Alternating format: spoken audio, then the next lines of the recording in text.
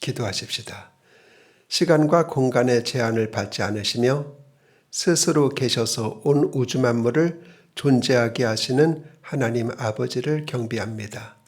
인간의 작은 이성으로는 다 측량할 수 없는 신비롭고 거룩한 신적인 어미하심을 찬양합니다.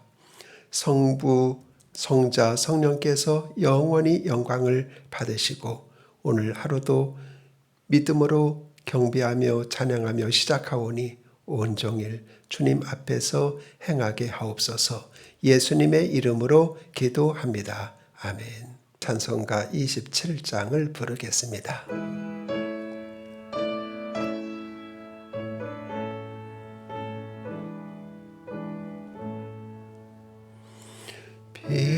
빛나고 높은 보좌와 그 위에 앉으신 주 예수 얼굴 영광이 해같이 빛나네.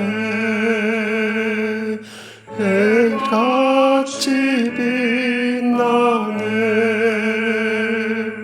지극히 높은 위엄과 한없는 자비를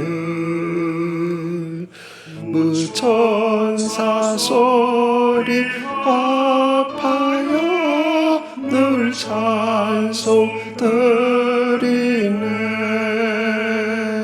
늘 찬송 드리네. 영죽을 나를 살리려 그 영광 떠나서 그 부끄러운 십자가 날 위해 지셨네. 날 위해 지셨네. 나 이제 생명 있음은 주님의 은혜요. 저 사망 권세 이기니 큰 기쁨 넘치네. 큰 기쁨 넘치네. 주님의 보좌 있는데 전한 몸 이르러 그 영광 몸소 배울 때 내 기쁨 넘치리. 내 기쁨 넘치리. 아멘.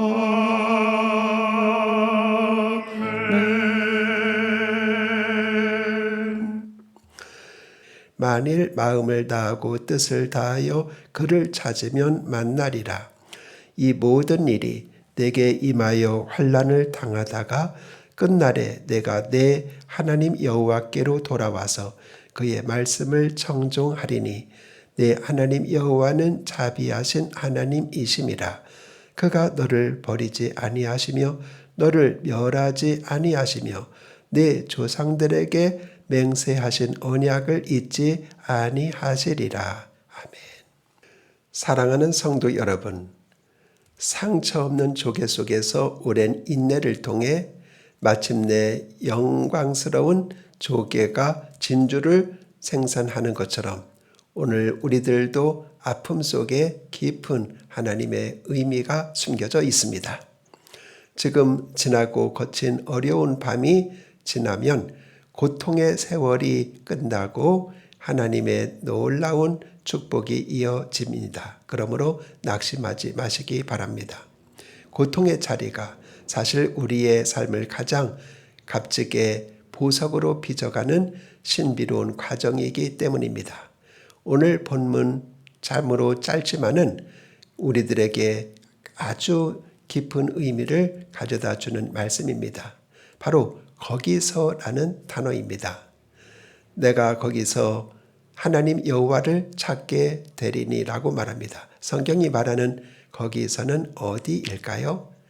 문맥 속에서 거기는 이스라엘 백성들이 하나님을 떠나고 우상을 섬기다가 그래서 이방에 흩어져 포로 생활을 하다가 비참한 고통을 당하는 현장을 뜻합니다. 우리의 삶에도 저마다의 거기가 있습니다. 믿었던 사람에게 배신당하는 고통도 있고 또 열심히 달렸지만 실패라는 벽에 부딪혔을 때의 거기도 있고 또 깊은 질병의 고통 속에서 고통당하는 현장이 거기일 수도 있습니다.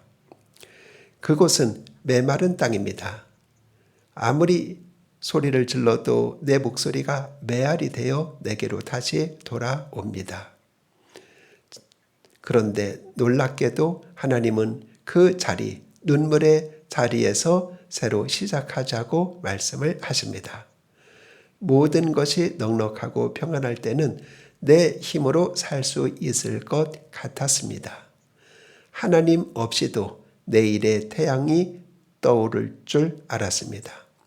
그러나 영혼의 깊은 밤이 찾아와 내 힘으로 아무것도 할 수 있는 것이 없음을 깨달았을 때 비로소 우리의 시선은 위를 바라보게 됩니다.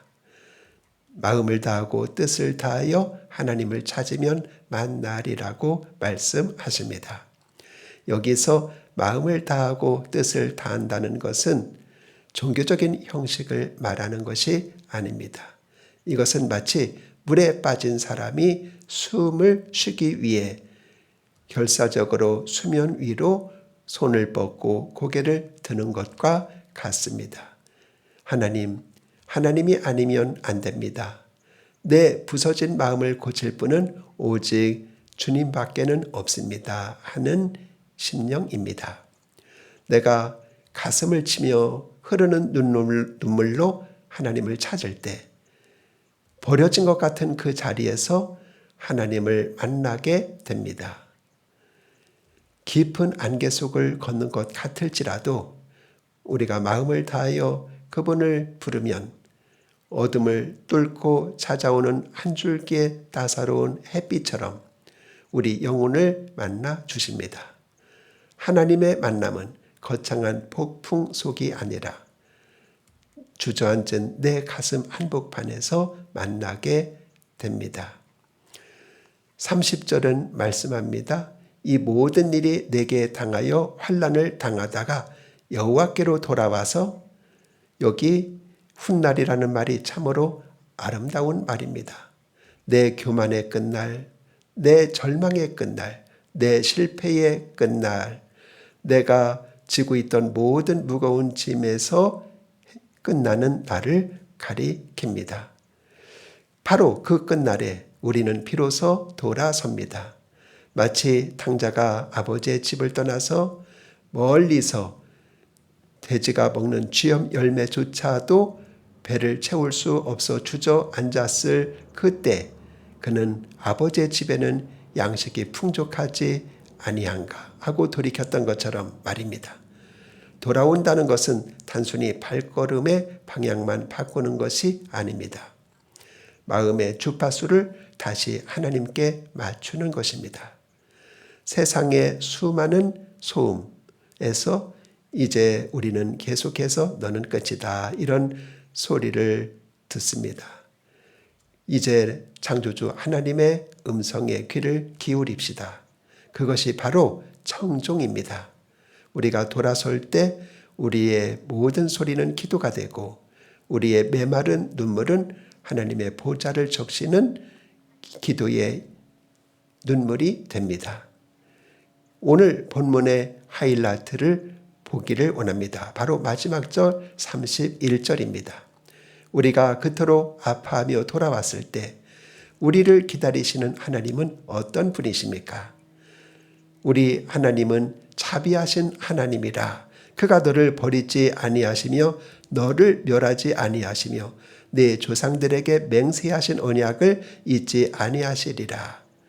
하나님은 우리가 망가지고 부서져서 돌아왔을 때 내가 왜 이제야 왔느냐고 다그치지 않으십니다. 하나님은 자비하신 분입니다.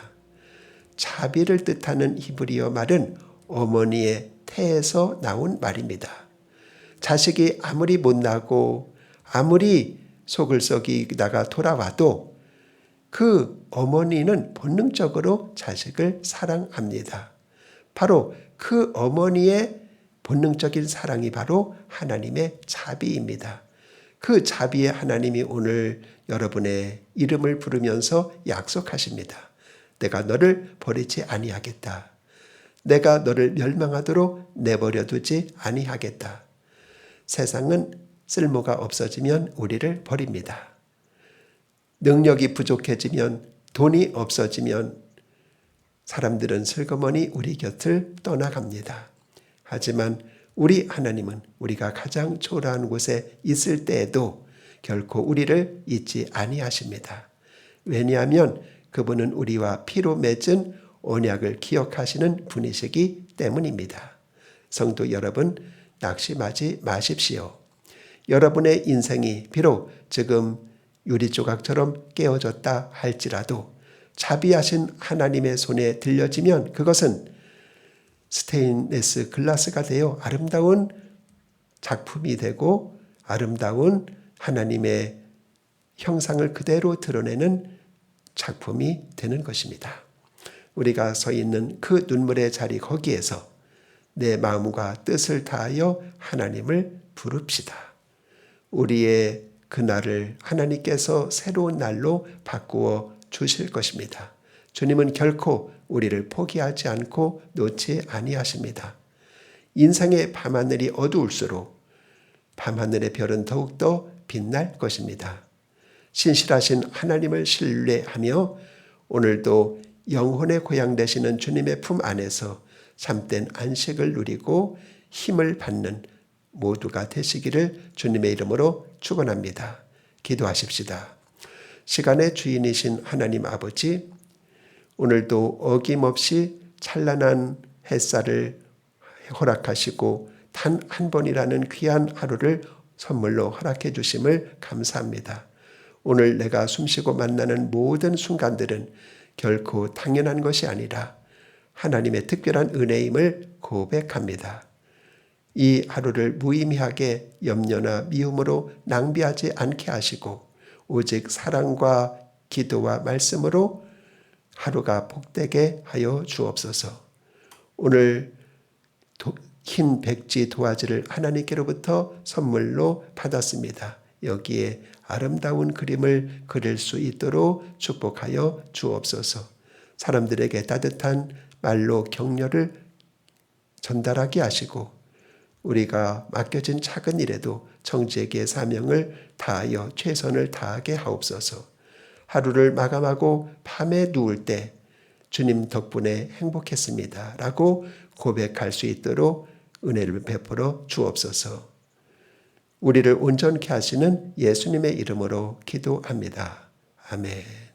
하늘에 계신 우리 아버지, 아버지의 이름을 거룩하게 하시며 아버지의 나라가 오게 하시며 아버지의 뜻이 하늘에서와 같이 땅에서도 이루어지게 하소서. 오늘 우리에게 일용할 양식을 주시고 우리가 우리에게 잘못한 사람을 용서하여 준 것 같이 우리 죄를 용서하여 주시고 우리를 시험에 빠지지 않게 하시고 악에서 구하소서. 나라와 권능과 영광이 영원히 아버지의 것입니다. 아멘.